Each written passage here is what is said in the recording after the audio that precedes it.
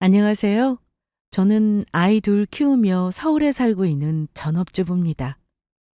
첫 아이가 유치원에 들어가서 다른 친구들에게 괴롭힘을 당하고 온 날이 있었는데요. 그 일로 인해 잊고 지냈던 제 과거가 떠올랐습니다. 그래서 이렇게 사연을 보내게 되었네요. 어딜 가든 남녀노소 가리지 않고 이유 없이 누군가를 괴롭히는 사람들은 꼭 존재하는 것 같습니다. 성인도 견디기 힘든 괴롭힘인데 제가 직접 겪어봐서 제 딸이 어떤 기분이었을지 바로 짐작이 되었죠.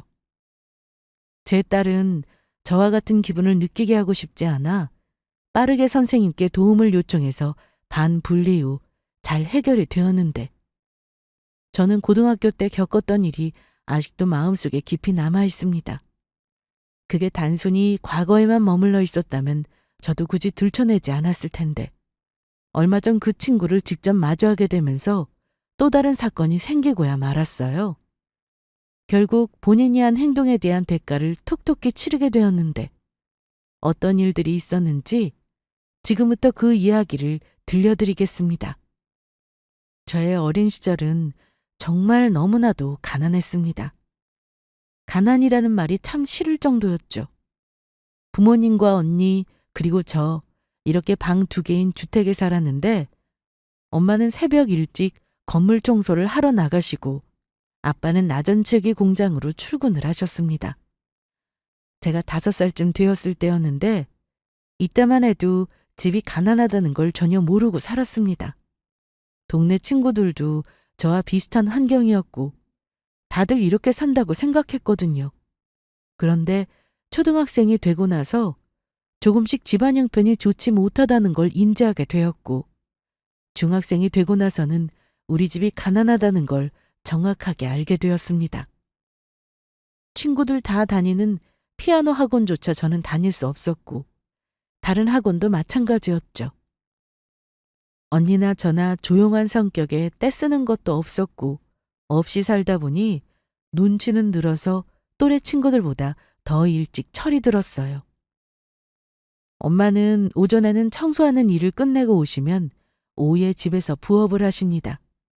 넥타이도 만드시고 브로치에 큐빅을 붙이는 일, 구슬로 목걸이 만드는 일까지 닥치는 대로 일을 하셨답니다.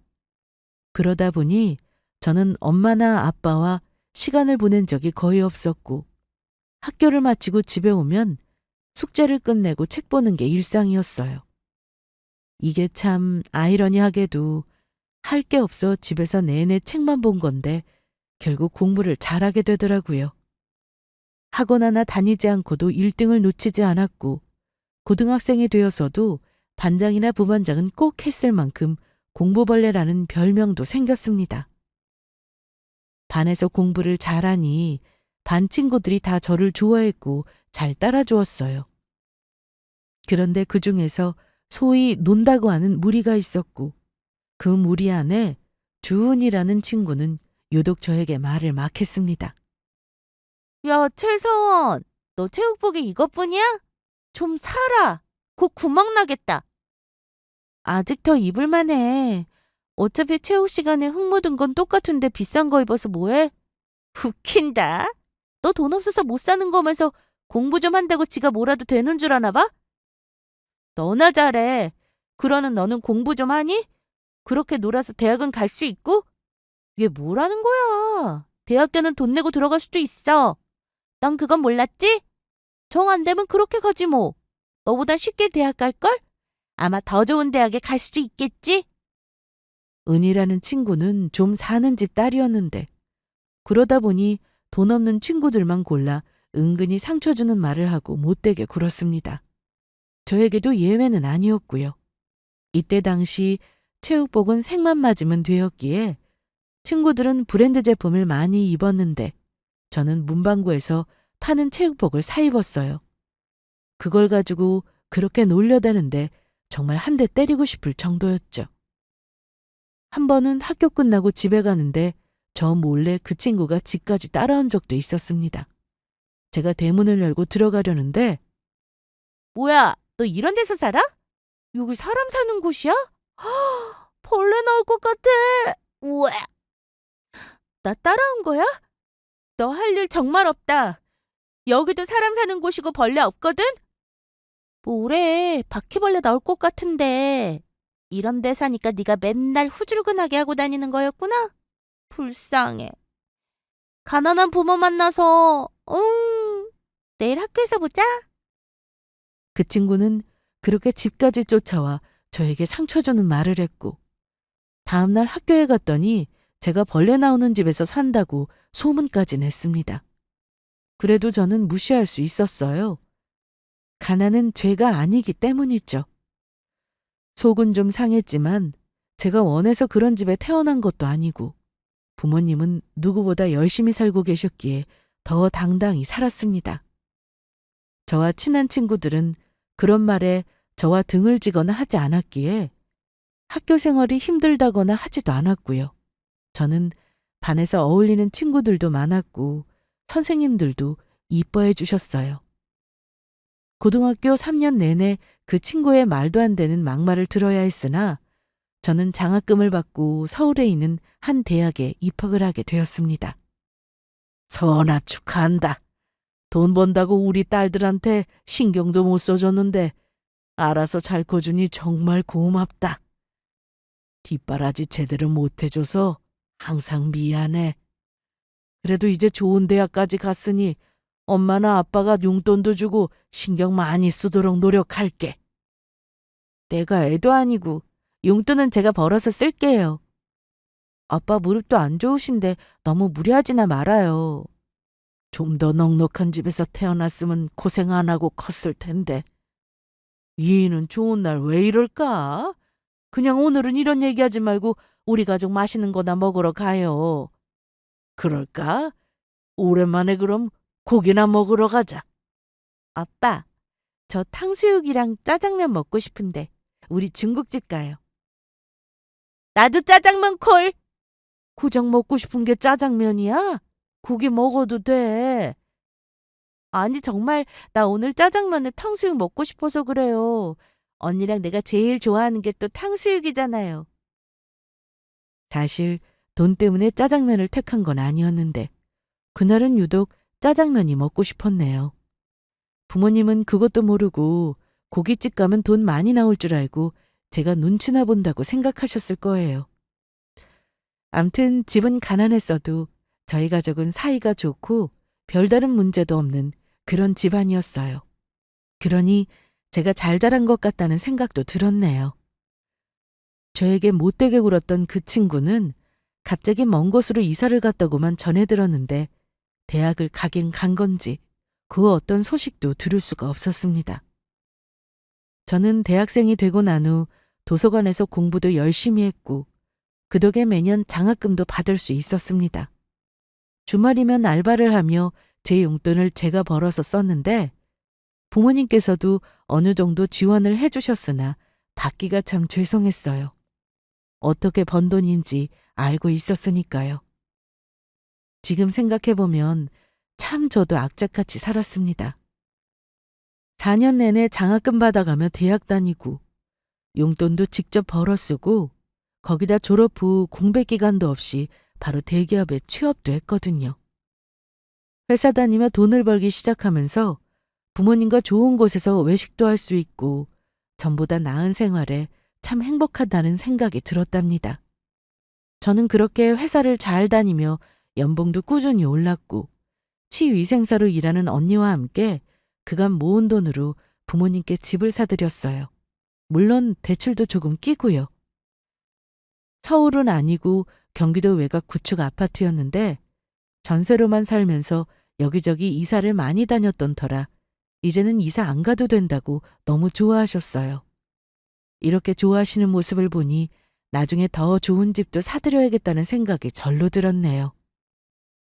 저는 그렇게 평범하게 회사 생활하면서도 연애도 시작했는데요.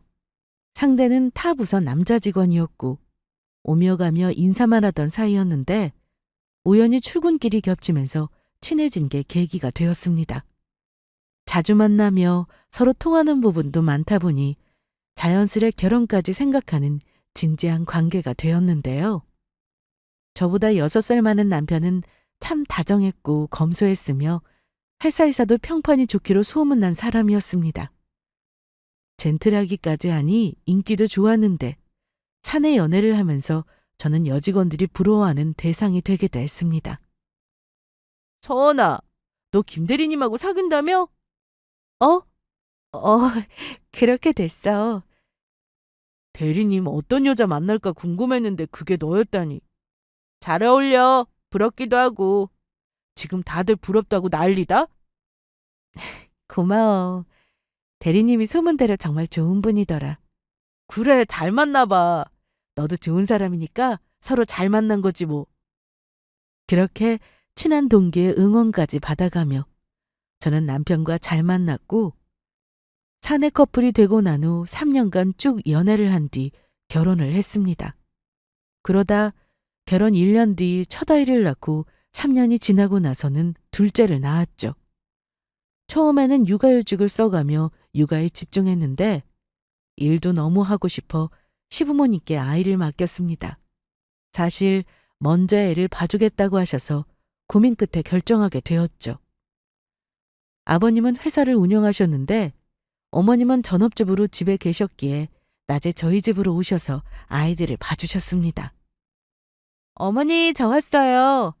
아직 저녁 전이시죠? 나 대충 먹었지. 동이랑 경호 밥 먹이고 나도 같이 먹었어. 근데 뭘 이렇게 사왔어? 어머님 좋아하시는 딤섬 포장해 왔는데 같이 먹으려고요. 그래? 그럼 같이 먹자. 얼른 씻고 나와. 어머님은 성품이 정말 좋으셨습니다. 제가 남편과 결혼한다고 인사를 갔을 때 집안 형편이 좋지 못하다는 걸 아셨음에도 그 어떤 말도 안 하셨고 오히려 먼저 예단 생략에 예물은 둘이 알아서 하라고 하셨죠. 그리고 집은 해주고 싶다고 하셔서 회사 근처에 서울에 괜찮은 아파트까지 받았습니다. 거기다 결혼 후 아이들까지 직접 봐주신다고 하시니 제가 항상 잘해야겠다는 생각이 절로 들었습니다. 남편보다 저에게 속 얘기도 많이 해주셨기에 그만큼 편하고 사이좋은 고부관계를 유지하며 살아가고 있었습니다. 그러던 어느 날 어머님이 아이들을 더 이상 봐주기 어렵다고 하셨습니다. 내 마음 같아서는 계속 봐주고 싶은데 아버지가 요즘 몸이 많이 안 좋으셔.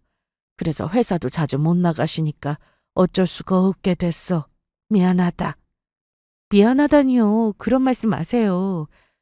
그런데 아버님은 얼마나 안 좋으세요? 무슨 지병이 있는 건 아니고 나이가 들어서 여기저기 쑤시고 그런 거지 뭐. 허리 디스크도 전부 다 심해져서 병원도 자주 가야 하고 애들 보면서 아버지까지 신경 쓰기가 어려워. 네, 어머님, 당연해요. 아버님이 우선이죠. 그럼 어쩌지?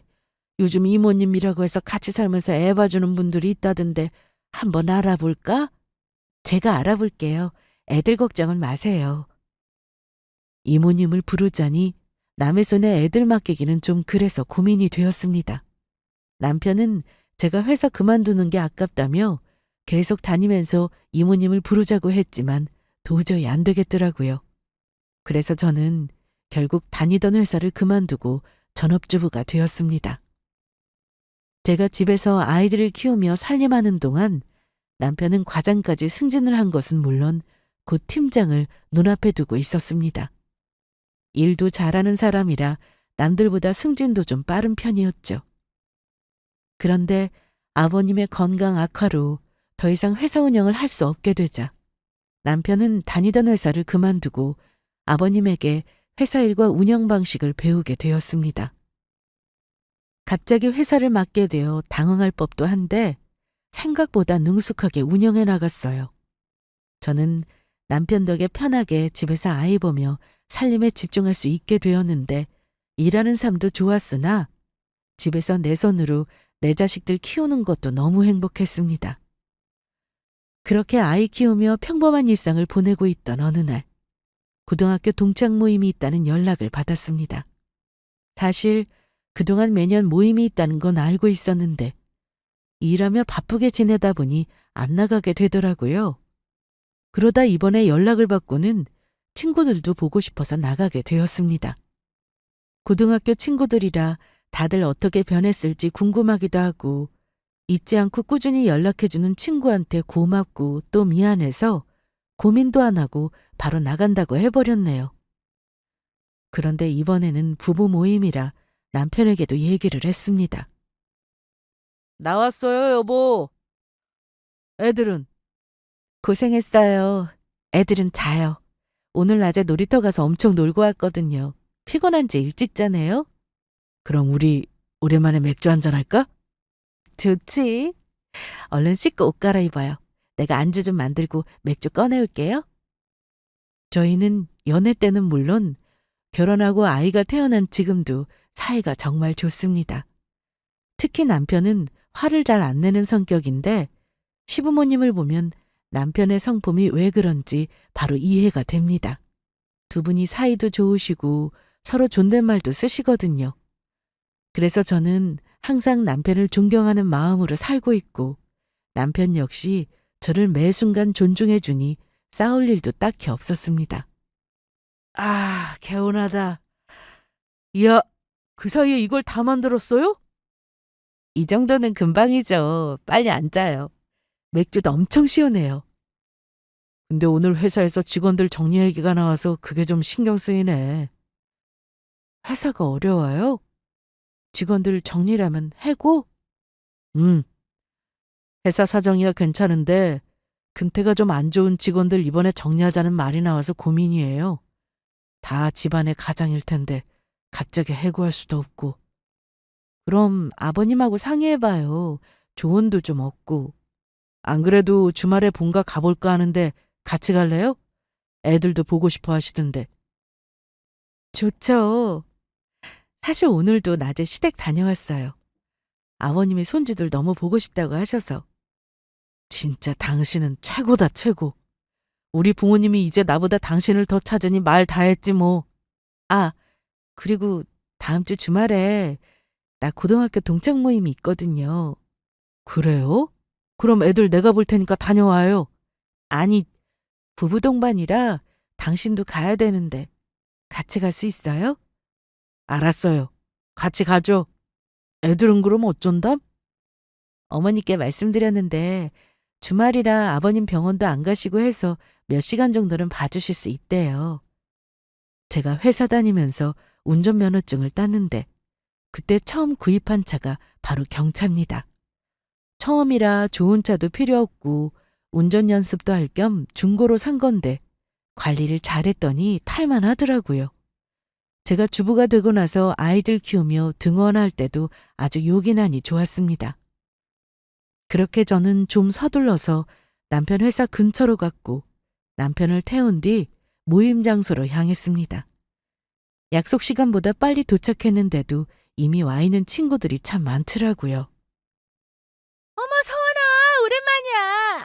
너 어쩜 그대로다. 그러게, 너 민영이 맞지? 우리 그때 노트 돌려보던 거 생각나? 당연하지. 이게 얼마만이야? 좋아하는 민주랑 혜영이도 와 있어. 얼른 들어가자. 알았어. 여보, 얼른 들어가요. 그런데 그때 보기 싫은 사람을 만났습니다. 이게 누구야? 최서원? 네가 여기는 어쩐 일이야? 너도 모임에 나온 거니? 야, 나도 같은 반이었어. 무슨 말을 그렇게 섭하게 해? 내 말은 여기 모임에 너는 그동안 한 번도 안 나왔다고 들어서 하는 말이야. 나도 이제 좀 참석해보려고. 고등학교 시절 저를 그렇게나 무시했던 친구인 주은이었죠. 하필 여기서 만나니 갑자기 기분이 나빠지더라고요. 거기다 여전한 그 말투며 아직도 저를 무시하듯 말하는 게 당장 집에 돌아가고 싶었습니다. 한 번도 모임에 나오지 않았다는데 이번에 제가 나온다는 걸 전해 듣고는 본인도 나온 모양이었어요. 남편 앞에서 또 어떤 말을 할지 걱정이 앞섰네요. 그래도 왔으니 어쩌겠어요. 들어갔죠. 그런데 저희 부부가 타고 온 경차를 보더니 비웃기 시작하는데 역시 사람은 끼리끼리 만난다더니 너 설마 경차 타는 남자랑 결혼했니? 저는 아무 말 하지 않고 그 친구의 얼굴을 빤히 쳐다봤습니다. 그리고 남편과 함께 안으로 들어갔죠. 자기 말에 아무 반응이 없으니 기분이 상했는지 제 뒤를 졸졸 쫓아 들어왔고 심지어 제 옆에 앉으려는 걸 남편이 갑자기 자리를 바꾸면서 떨어져 앉게 되었습니다. 저희 남편이 눈치가 좀 있다 보니 그 친구와 제가 사이가 안 좋을 거라는 걸 바로 알아차리더라고요. 암튼 안에서 반가운 친구들을 만나 인사를 나눴고 다들 결혼해서 애엄마가 된 모습을 보니 신기했습니다. 불청객만 빼면요.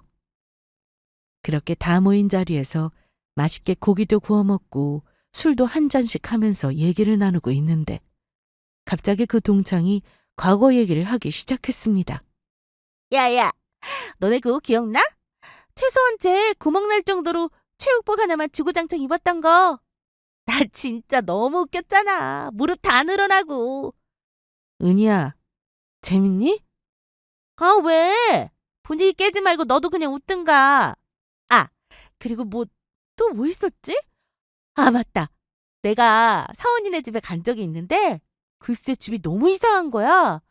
당장이라도 쓰러질 것 같고 바퀴벌레 나올 것 같은 그런 집 알지? 너 말은 바로 해야지. 너 그때 나 몰래 쫓아온 거잖아. 아이, 암튼 간에 다 사실이잖아. 근데 너 정말 그때 체육복 살 돈도 없었던 거야? 나한테 말하지. 내가 한 벌 사줄 수도 있었는데. 이제 그만할래? 듣기 좀 그렇다. 여기 우리만 있는 거 아니고 친구들하고 남편들도 있잖아. 뭘 그만해. 너 그리고 필통도 없어서 하드보드지로 만들어서 테이프 칭칭 감았었던 건 기억나냐? 그건 유행이라 우리 반 애들 반 이상은 다 그렇게 만들어서 썼어. 또 합리화한다. 근데 혹시 아직도 가난해? 아니, 아까 경차에서 내리길래 그냥 물어보는 거야. 경차가 얼마나 좋은데. 주차 요금이랑 통행료 할인도 돼. 차가 작아서 주차도 편하고 세금도 적게 내고. 서원아, 나도 경차야. 완전 좋지. 맞아. 애들 등하굣 시키기에도 딱이고. 웃기고들 있다 아주.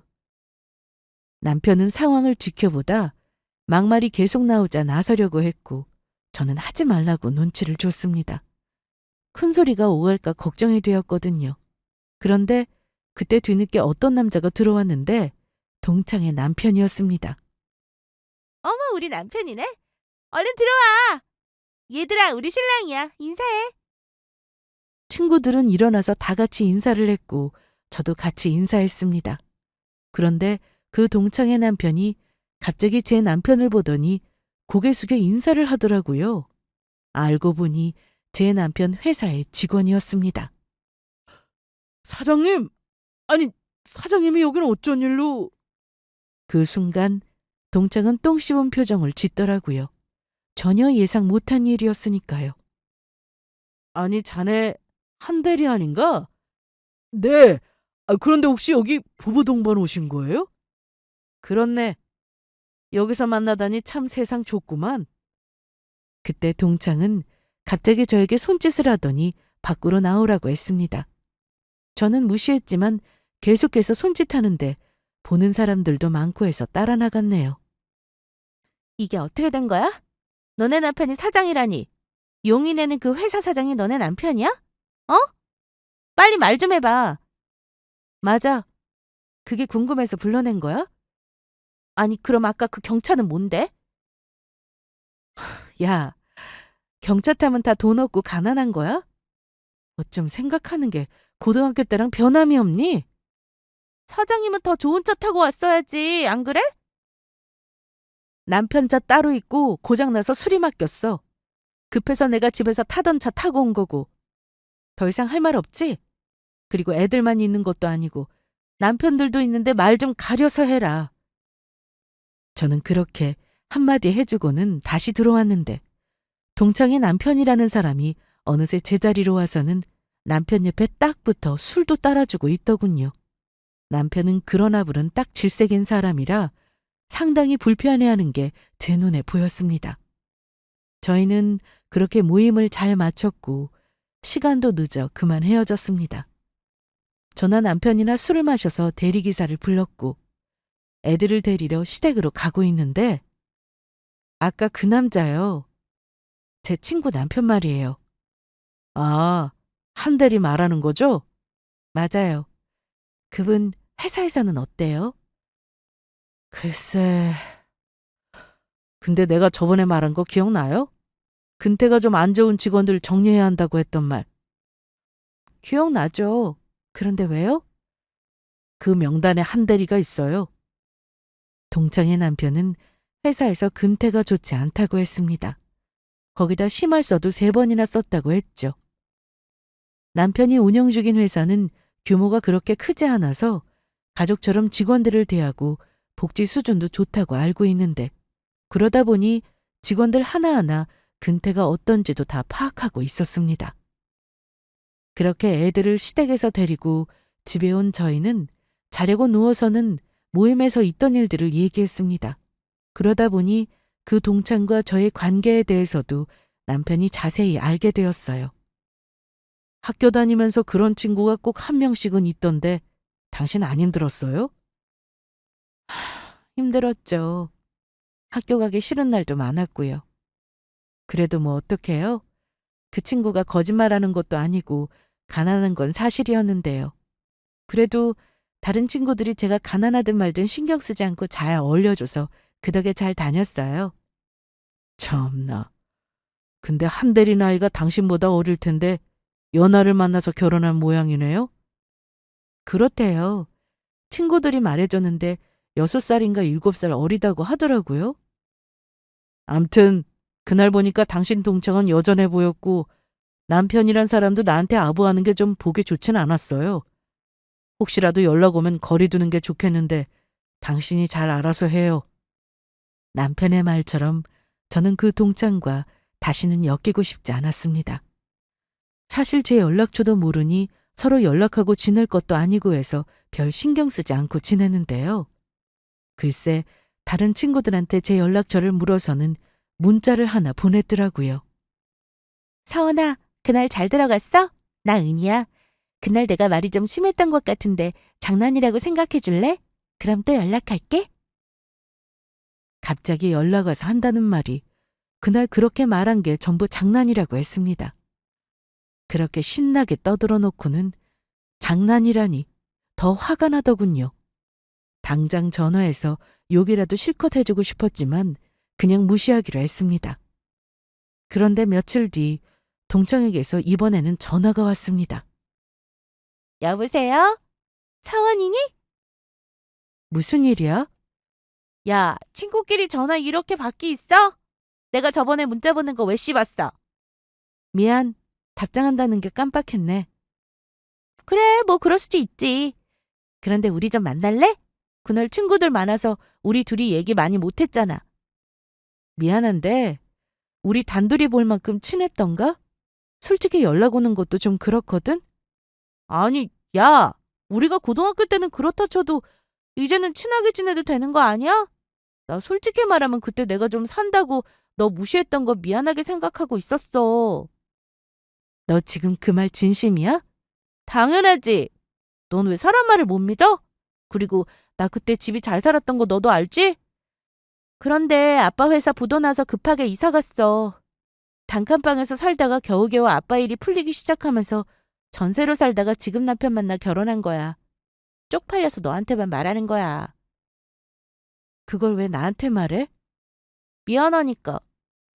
그래서 사과하고 싶고 나 만나주면 얼굴도 보고 사과도 하고 싶은데 시간 내줄 수 있어?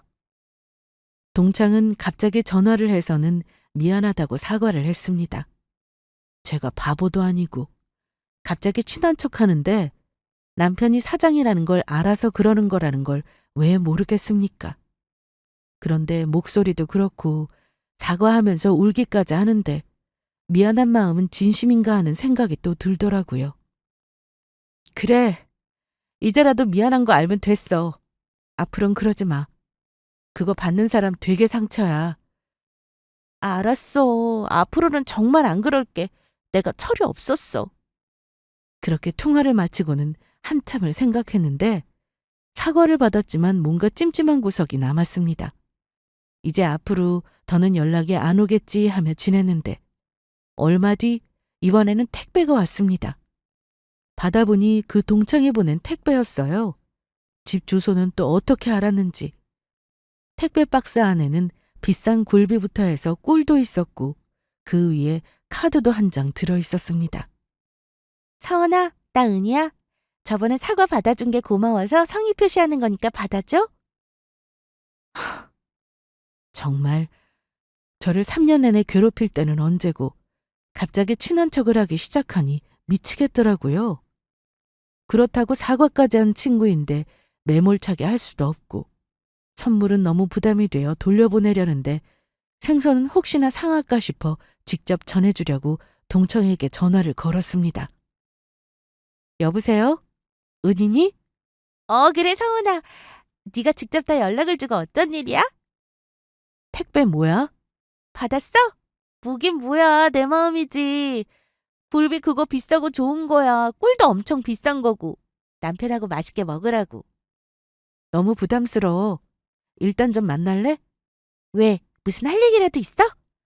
오후에 애들 하원 때문에 오전 중에 만났으면 하는데 아님 내가 너네 동네로 가도 좋고. 저는 최대한 빨리 만나서 물건 돌려주고 다시는 보내지 말라고 하고 올 생각이었습니다. 다행히 동창은 저희 집 근처로 온다고 했고 준비해서 나갔는데 아니, 이걸 왜 다시 돌려줘? 마음에 안 들어? 부담스러워서 못 받아. 다시 가져갈래? 생선은 다시 보내면 혹시나 상할 것 같아서 직접 주려고 보자고 거야. 그리고 앞으로는 절대 이런 거 보내지 마. 부탁해. 보낸 사람 성의가 있지 그냥 주는 법이 어디 있어? 난 다시 돌려줬다. 그리고 사과한 건 받았지만 그렇다고 우리가 원래 친했던 사이도 아니잖아. 자주 연락하는 건 불편하니까 그것도 좀 조심해줘. 그럼 먼저 일어난다.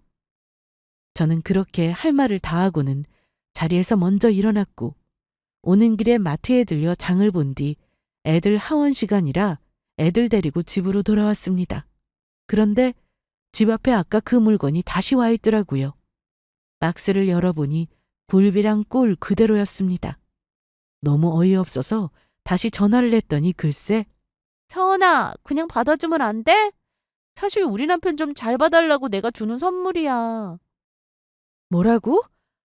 아니 니네 남편을 뭘 잘 봐달라는 건데 곧 진급 대상자 명단 올라갈 거라고 하는데 남편이 이번에 승진 꼭 해야 한다고 그랬어.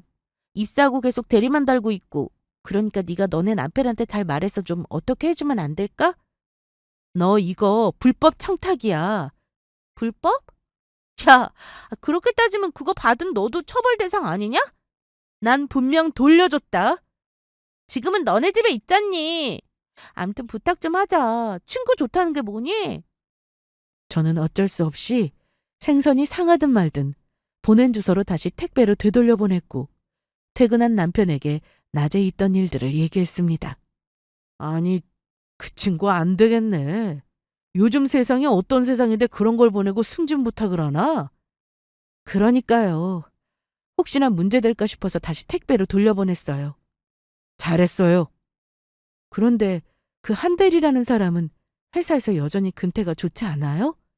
똑같아요. 직원들 사이에서 말도 많이 나오고 그리고 최근에는 회사 직원들한테 나랑 친하다고 말하고 다닌다는데 아주 얼굴을 들고 다닐 수가 없어요. 네? 아니 왜 그랬지? 모임 때 인사 나눈 게 전부면서. 그래서 임원들이 회의할 때 그러더라고요. 한대리랑 개인적인 친분이 있냐고. 근태도 나쁘고 성과도 별로 없는 직원인데 사장 백 믿고 저렇게 회사 생활했던 건지 의심까지 하니까 내가 할 말이 없었어요.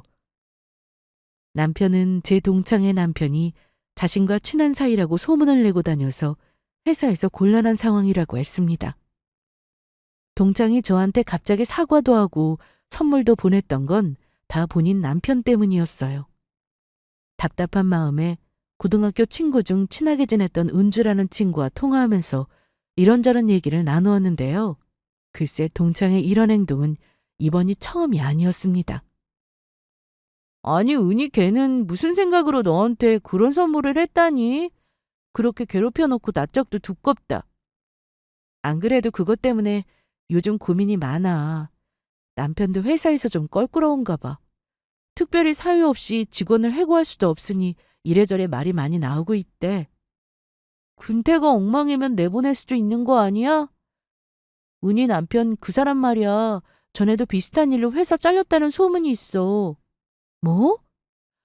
자세히 좀 말해봐. 은희 남편이 나이가 어리잖아. 그래서 철이 없는 건지 회사 생활을 잘 못했나 봐. 지각도 많이 하고 일도 잘 못하고. 면접에서 합격한 게 신기할 정도였대. 암튼 그래서 회사 다니면서 문제만 일으키니까 결국 전 직장에서 잘렸다고 하더라고. 은희 걔 자존심이 좀 세? 자긴 괜찮은 척하고 남편 잘났다는 거 보여주려고 자소서도 직접 써주고 그랬다나 봐. 결국 입사는 하긴 하는데 오래 버티질 못하는 거지. 그런데 너네 남편 회사에서도 그러고 있다고 하니까 정말 사람 안 변한다. 그렇게 친구와 통화하고 나니 참 어이가 없었습니다. 남편이 알아서 해야 할 부분을 직접 나서는 게 보기 좋지도 않고 오히려 그 남편이 더 무능력해 보였습니다. 아무리 연하 남편이라고 해서 이력서 하나 제대로 못 써서 부인이 대신 써준다는 게 이해가 안 되더군요. 문제는 이후에도 계속해서 그 동창에 선물 공세를 해왔고 제가 거절하고 나면 또 보내고 반복이었습니다. 아예 열어보지도 않고 보낸 사람만 확인 후 돌려보내곤 했죠. 그러던 어느 날 보낸 사람 이름도 없이 편지가 한 통 왔는데 열어보니 돈이었습니다. 5만 원권으로 100장이니 500만 원이었죠. 안에는 쪽지 한 장이 있었는데 주은이었습니다.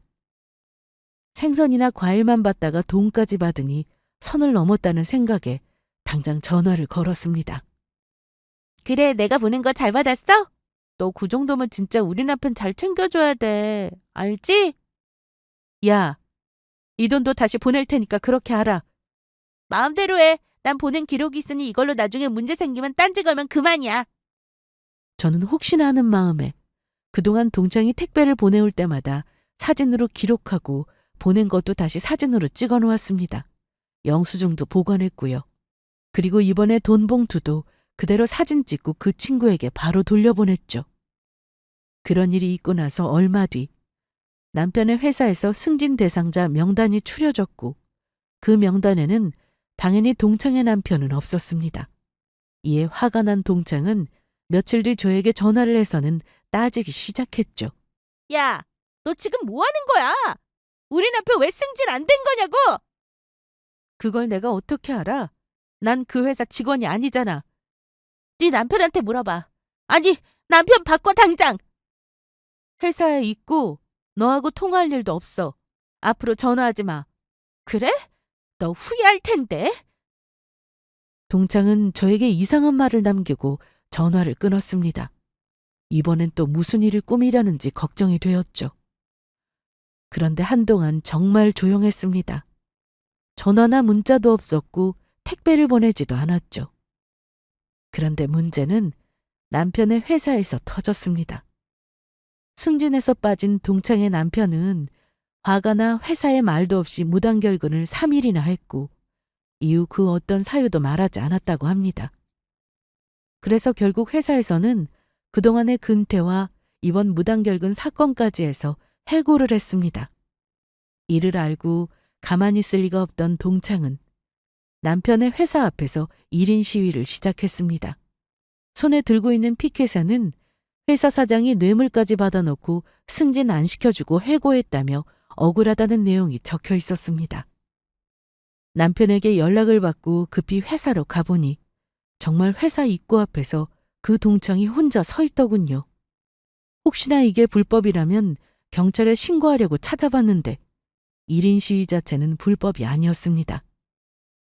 제가 택배를 들고 집 안으로 들어가는 사진과 또 동창을 따로 만나 물건을 직접 전해주는 모습도 사진으로 찍혀서 마치 제가 받는 것처럼 피켓에 붙어 있었길래 이걸 증명하려면 저도 준비가 필요했습니다. 이미 그 한 달이라는 사람에 대해 잘 알고 있던 같은 부서 직원들은 해고된 게 잘 됐고 그 부인도 똑같은 사람이라고 생각하고 있었지만 타 부서에서는 잘 알지 못하는 직원들도 있었기에 보다 확실한 입증 자료가 필요했습니다. 벌써부터 부당해고가 아니냐는 말이 나오기 시작하면서 남편은 입장이 곤란해지기 시작했고 어떻게 해야 하나 변호사에게 상담도 받게 되었죠. 일단 제가 가지고 있는 사진이나 승진을 부탁하는 문자는 증거로 변호사에게 제출한 상태였는데 추가 자료가 필요했습니다. 동창은 근태만으로 해고하는 건 말도 안 된다고 주장하며 뇌물에 대한 얘기도 매일같이 나와서 말했기 때문에 규모가 작은 회사라 하더라도 주변에 이 소문이 퍼지기 시작하면 손해가 날 수밖에 없었습니다. 저는 애들 등원시키고 나면 남편 회사로 가서 시위 중이던 동창과 대화를 시도했습니다. 하지만 제 얼굴을 보지도 않더라고요. 뭔가 자신 있는 표정이었습니다. 마치 고등학교 때처럼 자기가 말 한마디 하면 제가 아무 말 못하는 바보로 알고 있는 듯 했는데 저는 전혀 아니었습니다. 그렇게 저는 회사 안으로 들어가 사장실로 향했고 그때 한 대리와 같은 부서에서 일했다는 한 여직원이 저에게 이런 말을 했습니다. 안녕하세요, 사모님. 저 대리님하고 같은 부서에서 일했는데 드릴 말씀이 있어요. 네, 안녕하세요. 하실 말씀이 뭐예요? 이게 도움이 될지 모르겠는데 대리님이 해고당하기 전까지 회사 전화로 사적인 통화를 정말 많이 했거든요. 사실 저희 회사 전화는 거래처는 물론 고객들하고도 통화를 많이 해야 해서 자동 녹음 기능이 있어요. 그 여직원의 말에 의하면 한 대리는 회사 전화로 자기 와이프랑 통화를 자주 했다고 했고 그 내용까지 저에게 말해 주었습니다. 아내 되시는 분인지 자기라고 표현을 했는데 자기만 믿는다고 자주 말했고 예전에는 사장이랑 친구 먹어도 되겠다고 이런 말도 했어요. 다른 직원들은 원래 대리님이 허풍도 좀 있고 일도 느긋느긋하게 하는 편이라 별 신경 안 썼는데 제가 바로 옆자리라 그런지 통화하실 때마다 신경이 많이 쓰였어요. 아, 그리고 해고 전 승진 명단에 포함되지 않았을 때 통화하면서 가만 안 둔다는 말도 했는데 저도 그날은 바빠서 잘은 못 들었지만 회사를 그만둔 애 만에 또 그냥은 못 나간다는 말도 들었어요. 그러니까 한번 녹음 파일을 들어보시면 어떨까 싶어요. 그 얘기를 들은 저는 바로 사장실로 가서 남편에게 얘기했고 당장 한 대리가 쓰던 전화의 녹음 파일을 정리해서 받아볼 수 있었습니다. 회사 대표라면 동의 없이 녹음 파일을 들어볼 수가 있는 권한이 있다고 하더라고요. 그런데 그 분량이 상당해서 일단 제가 동창을 만났던 동창 모임 날짜를 기준으로 해서 파일을 들어보라고 했습니다. 저는 혹시나 문제가 될 듯 싶어 남편이 혼자 들었는데 그 내용이 참 가관이었습니다. 하루 만에 다 듣기는 어려워서 며칠에 걸쳐 녹음 파일을 검토했는데 동창 모임에서 만난 그날 이후 통화 녹음에서 어이없는 얘기가 나왔다고 했습니다. 자기 뭐해? 여보, 마침 전화 잘했다. 자기 회사 사장이 내 친구 남편인 거 알지? 알지. 그날 모임에서 봤잖아. 그런데 둘이 친하긴 해? 엄청 친해. 걔 내 꼬봉이었어. 말 한마디면 깨갱 한다니까? 이제 자기 승진할 준비나 해. 사장백 생겼는데 뭐가 무서워? 나만 믿고 기다려. 또 다른 파일에서는 그년이 내가 보낸 선물 자꾸 다시 보내는데 어떡하지? 아유 어떻게 좀 해봐. 돈을 보내면 어때? 빼봐 그러다가. 아, 그럴까? 돈 받으면 끝이지 뭐. 난 다시 안 받았다고 하면 그만이고? 그리고 가장 최근 녹음 파일에서는 이런 내용도 있었습니다. 여보, 나 승진 명단에 없었어. 그동안 기대만 잔뜩 했는데 이게 뭐야. 당신만 믿으라며. 뭐라고? 아니, 승진이 안 됐단 말이지? 그리고 나 요즘 분위기 안 좋아. 잘릴 것 같기도 하고. 요즘 정직원 해고 함부로 못해. 그런 걱정 말고 일단 가만히 좀 있어봐. 내가 절대로 가만 안 둘 거야. 당신 자르면 그 회사 망하게 할 거니까 두고 봐. 곱게 나갈 줄 알아 보지? 정말 충격적인 내용이 가득했습니다. 거기다 이런 사적인 내용뿐만 아니라 예전에 거래처 한 곳과 거래가 끊긴 일이 있었는데 통화 내용을 들으면서 이 일이 동창 남편인 한대리 때문이라는 사실도 알게 되었습니다.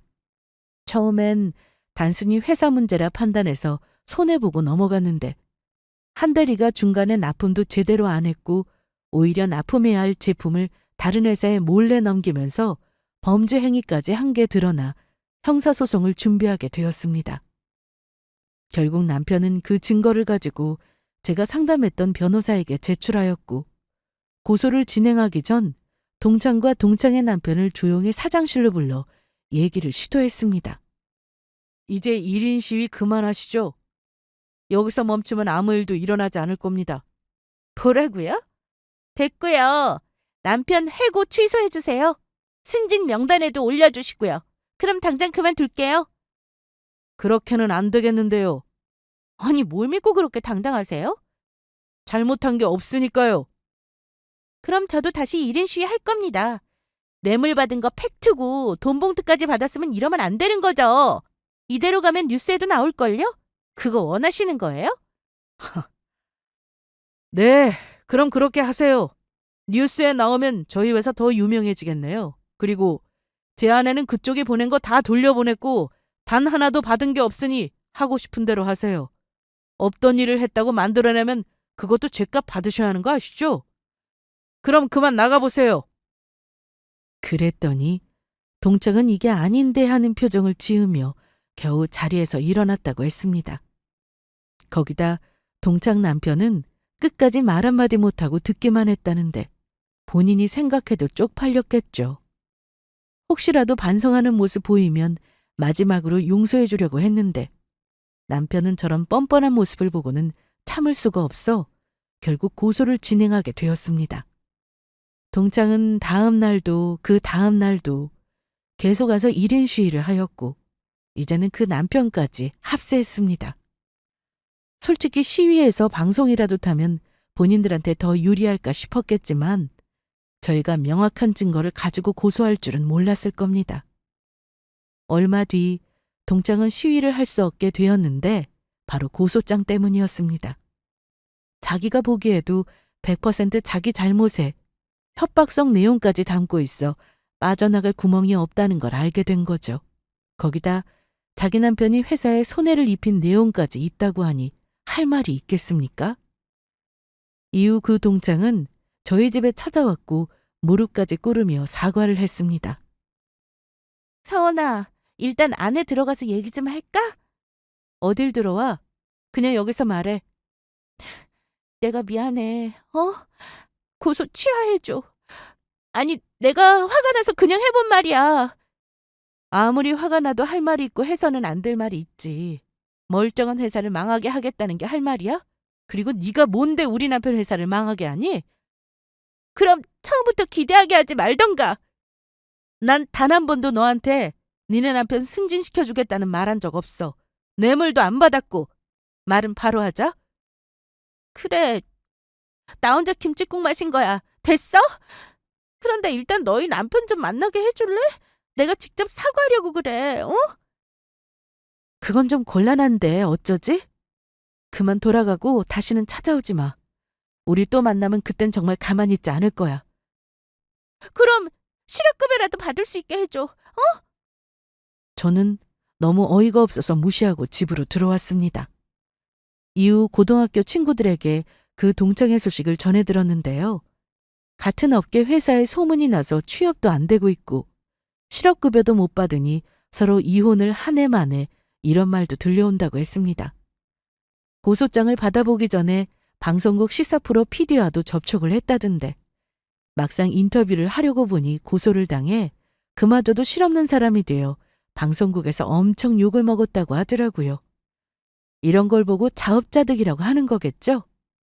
지금 생각해보면 정말 욕이라도 해주고 한 대 때려줄 거라는 생각도 들었지만 그게 무슨 의미겠어요? 그렇다고 그 인간들이 정신 차릴 것도 아닐 텐데요. 남이 뭐라고 하든 내 갈 길 가는 게 최고인 것 같습니다. 화가 난다고 복수하는 것도 의미 없고 내 할 일 잘하며 내가 잘 살면 그게 정말 최고의 복수가 되더라고요. 학창 시절 받았던 상처가 언제까지 남아있을지는 모르겠지만 저는 앞으로도 크게 신경 쓰지 않고 제 가족들과 함께 더 행복하게 잘 살아가려고 합니다. 여러분들, 제 이야기 들어주셔서 감사하고 좋은 일만 가득하세요.